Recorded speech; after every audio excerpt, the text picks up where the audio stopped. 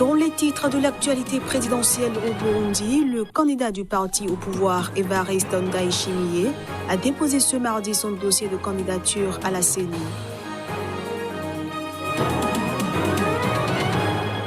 Des Égyptiens au Caire ont réagi au décès ce mardi de l'ancien président Hosni Moubarak dans un hôpital militaire au Caire dans sa 91e année.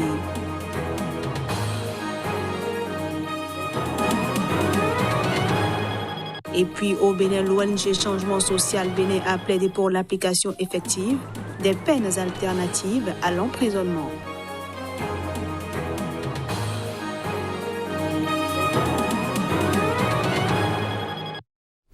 Voilà pour le sommaire. À toutes et à tous, bienvenue.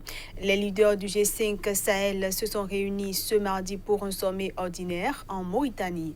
À cette occasion, ils ont appelé à intensifier l'effort contre le djihadisme. Les dirigeants réunis pour un sommet du G5 Sahel à Nouakchott ont affirmé ce mardi la nécessité d'une intensification tout azimut de l'effort de lutte contre la propagation du djihadisme et des violences dans la sous-région. Le Sahel requiert plus que jamais une attention accrue et coordonnée de la part des États de la région et de la communauté internationale pour endiguer la spirale de la violence, a déclaré le chef de l'État mauritanien, Mohamed Ould Cheikh El Ghazouani, au cours de ce sommet où son pays recevait du Burkina Faso la présidence tournante du G5 Sahel. Je vous rejoins pour dire qu'un sursaut de mobilisation, de coordination ou de priorisation est nécessaire, a aussi affirmé le ministre français des Affaires étrangères, Jean-Yves Le Drian. La première tâche de cette coalition, c'est de renforcer la synergie entre les 4 piliers de notre action conjointe, l'action militaire, le renforcement capacitaire des forces armées du G5, le retour de l'État grâce au projet de gouvernance, de sécurité intérieure et d'appui à l'administration régalienne, et la stabilisation et le développement.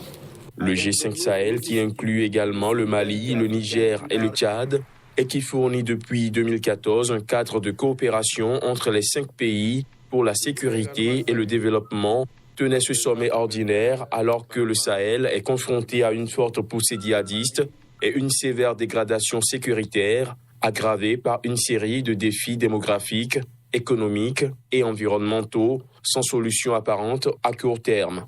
Partie du nord, du Mali, les violences se sont propagées au centre du pays et au Burkina Faso, puis au Niger voisin. Le candidat du parti CNDD-FDD à la présidentielle, Evariste Ndayishimiye, a déposé son dossier de candidature aux élections burundaises à la Commission électorale nationale indépendante. En marge de ce dépôt, il a tenu une conférence de presse sur les questions de l'heure. Conformément à la loi et au calendrier électoral, Evariste Ndayishimiye a été le premier à déposer sa candidature à la CENI ce mardi pour la présidentielle du mois de mai prochain. En sa qualité de secrétaire général du CNDD-FDD, il a également déposé par la même occasion les candidatures du parti à la députation dans toutes les circonscriptions. Après le dépôt de sa candidature, Evariste Ndayishimiye a animé une conférence de presse au cours de laquelle il a annoncé à l'opinion nationale et internationale qu'il venait de déposer sa candidature à la Commission électorale nationale indépendante. Le parti CNDD-FDD a le plaisir d'annoncer au public national et international qu'on vient de déposer à la commission du pays chargée des élections tout ce qui est exigé par la loi pour tous les candidats qui participent au vote pour devenir un président de notre pays. Evariste Ndayishimiye a remercié tous les membres de sa formation politique qui, à travers leurs représentants au congrès du 26 janvier dernier, ont placé leur confiance en lui pour représenter le parti CNDD-FDD à la présidentielle. Pour lui, le parti est satisfait du climat politique du moment où les membres des partis politiques et les indépendants se préparent aux élections en harmonie, en toute tranquillité, ce qui est une première au Burundi. Le financement des élections par les Burundais eux-mêmes a démontré leur capacité d'organiser leur pays et a montré que le Burundi est réellement indépendant, a ajouté Evariste Ndayishimiye. En sa qualité de candidat du CNDD-FDD, il a promis de se conformer aux idéaux de son parti une fois élu et de mettre en œuvre les programmes de ce parti. Le dialogue politique interlibyen aura bel et bien lieu, comme prévu à Genève. La mission d'appui des Nations Unies en Libye a confirmé ce mardi le lancement des assises, et ce, malgré les annonces de suspension de la participation des deux camps rivaux. La mission d'appui des Nations Unies en Libye assure. Le dialogue politique libyen débutera ce mercredi comme prévu. Lundi, le Parlement basé dans l'est du pays qui appuie le maréchal Khalifa Haftar ainsi que son rival, le Haut Conseil d'État qui soutient le gouvernement d'union nationale basé à Tripoli, ont annoncé séparément avoir suspendu leur participation à ces pourparlers politiques à Genève, invoquant des raisons différentes.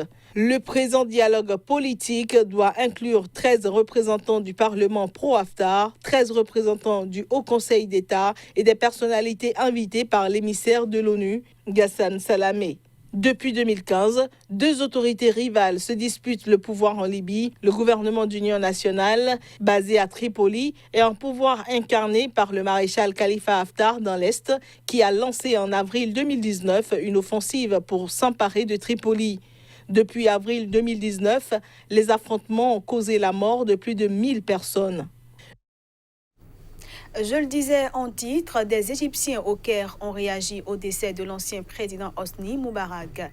Maître absolu de l'Égypte pendant 30 ans, l'homme qui a été balayé en 2011 par le printemps arabe, emprisonné puis acquitté, est décédé ce mardi à l'âge de 91 ans dans un hôpital militaire au Caire. Si Moubarak n'avait pas été l'un des présidents qui ont cru à la passation pacifique du pouvoir et n'avait pas gouverné pendant 30 ans, même si son règne avait de bonnes choses, positives et autres mauvaises, l'Égypte aurait été un pays différent de ce qu'il est aujourd'hui. Cela aurait été un pays qui applique la passation pacifique du pouvoir comme tout pays démocratique. C'était son principal défi.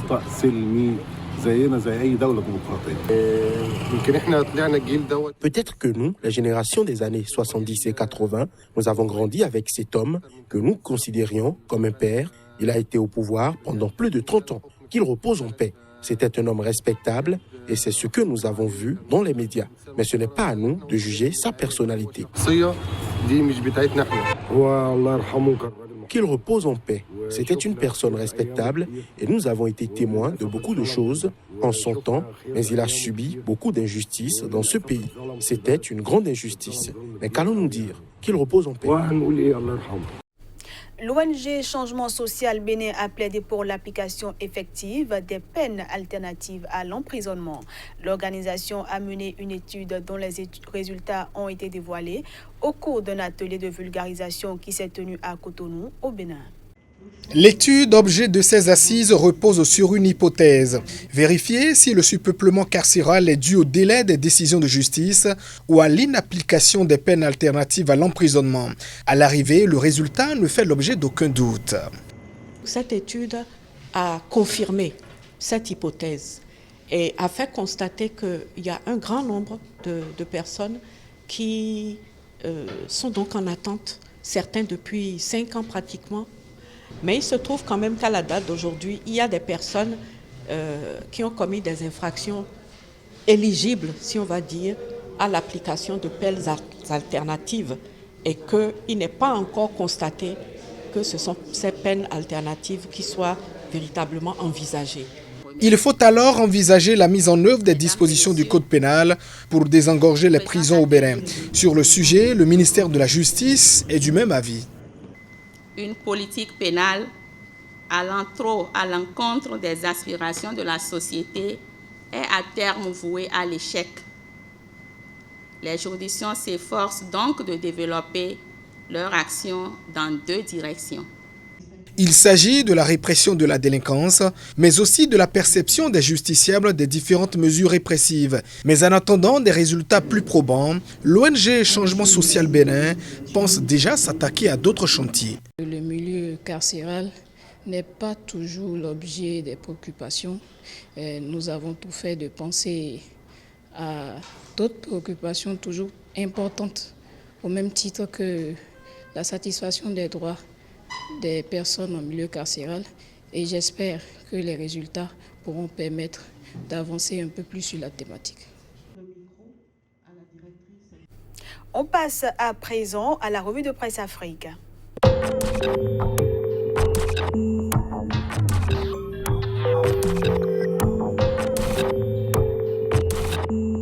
Bonjour à tous et bienvenue dans la revue de presse Afrique du jour. Au Togo, Liberté affiche en manchette triomphe de Faure Gnassingbé, 72,36%, un score qui souffre de crédibilité. Togo Matin, présidentielle 2020, cette victoire est exigeante, reconnaît Faure Gnassingbé. Et au même journal de s'interroger, scrutin du 22 février, Agbeome Kodjo a-t-il intérêt à s'engager dans un bras de fer ? En Côte d'Ivoire, le Jour Plus renseigne en titre « Tentative de déstabilisation, Alain Loboyon, Lokiman, Soro Kanigi, cuisiné par le doyen des juges d'instruction ». Hier, le nouveau réveil de son côté, affrontement à Kabakouma, plusieurs blessés graves. Aujourd'hui, croit savoir carte nationale d'identité, chaos organisé. Le nouveau courrier pour préparer son retour en Côte d'Ivoire, les puissants réseaux diplomatiques de Gbagbo en branle.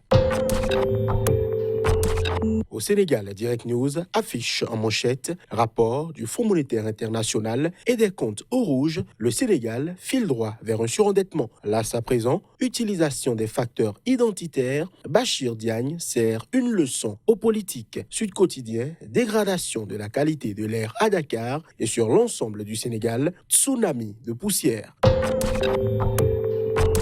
Au Cameroun, enfin, et c'est une surprise, le jour renseigne législative 2020, des élections à reprendre dans le nord-ouest et le sud-ouest. 11 circonscriptions sont concernées par les décisions rendues hier par le Conseil constitutionnel. Repère revient sur la crise entre Paris et Yaoundé après les propos d'Emmanuel Macron, la déchirure. Mutation clôt la revue de presse sur la même actualité, Cameroun-France, le lion et les coqs. Les rapports entre Biya et les chefs d'État français depuis 1982 à retrouver dans les colonnes du Canard.